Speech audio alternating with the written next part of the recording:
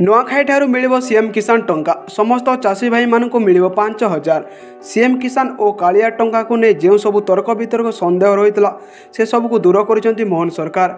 नुआखाई ठारू माने सेप्टेम्बर मासरू लागू हो सीएम किसान टंका।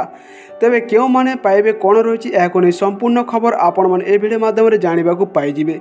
ता पूर्व जो मैंने मोहन सरकार नुआ नुआ नियमावली को पसंद करूँ गोटे लाइक करने सहित आम यूट्यूब चैनल को सब्सक्राइब कर दिंतु।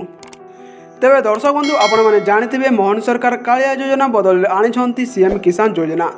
एपाई 2024 ओडिशा बजेट में 935 कोटी टंका रही जहाँ आपण मैंने जानते। तेबे दर्शक बंधु आगु ओडिशा सरकार नवीन पट्टनायक थिबा समय चाषी माने कालिया योजना बाबद 5000 टंका लेखाएं पाउथिले, किंतु एबे मोहन सरकार आसिया परे यह बदली जाई सीएम किसान योजना होइछि। एथिपाई मध्य आपण माने 5000 टंका लेखाएं पाइबे, किंतु यह एकाथरके पाइबे नहीं, किस्ती हिसाब से पाइबे। यह आपण माने पीएम किसान टंका जेमिति पाउथिले से हिसाब से सीएम किसान टंका मध्य पाइबे। वर्ष को 3टी किस्ती रे पैसा पाइबे। सीएम किसान रे मध्य आपण माने 5000 टंका लेखाएं पाइबे। एबे आसंतु जानिबा केउ माने सीएम किसान टंका पाइबे।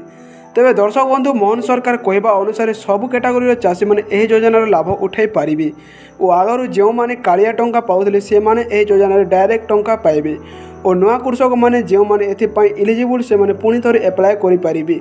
एथिपाई यार कौन डेट एपर्यंत आसी नहीं। जेबे यार एप्लाय डेट आसब आपण मैंने आम यूट्यूब चैनल माध्यम जानवा पाइबे। तेबे दर्शक बंधु ये सीएम किसान योजना बाबद किसी बरणी जहाँकि ओडिशा सरकार तरफ आसी। यापर जब संपूर्ण खबर आसब आपण मैंने आम यूट्यूब चैनल माध्यम जानवा पाइबे।